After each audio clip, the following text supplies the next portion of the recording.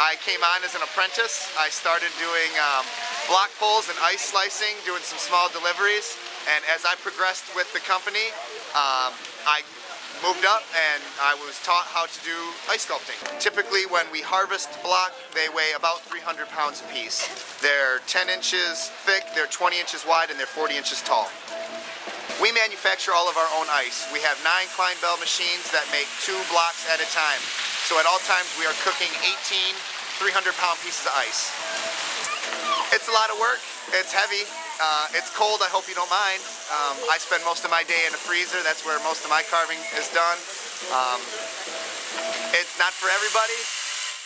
Any kind of reference material from toys to books to pictures, all will work great in the beginning idea for an ice sculpture.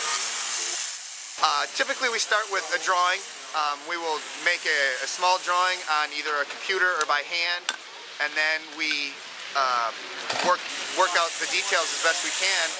Keep it simple really is a big deal because the silhouette is what you're looking for. That's the first thing that you notice when you walk up to the ice.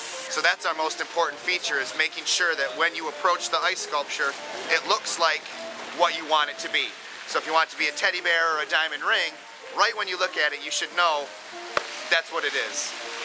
We start with our biggest tool is a chainsaw, and then we work backwards from there down. So we start with a chainsaw, then we typically will use like a sander or a die grind, which is a rotary tool that has a burr bit we use to smooth and round surfaces together.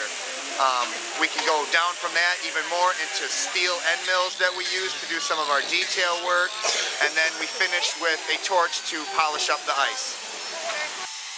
It's been 4 years for me, so I would say after about 2 to 3, I really started to find my niche as far as an artist goes, started to become a little more familiar with my own style of carving. I was taught, and then you take your teaching and kind of mold it into your own style.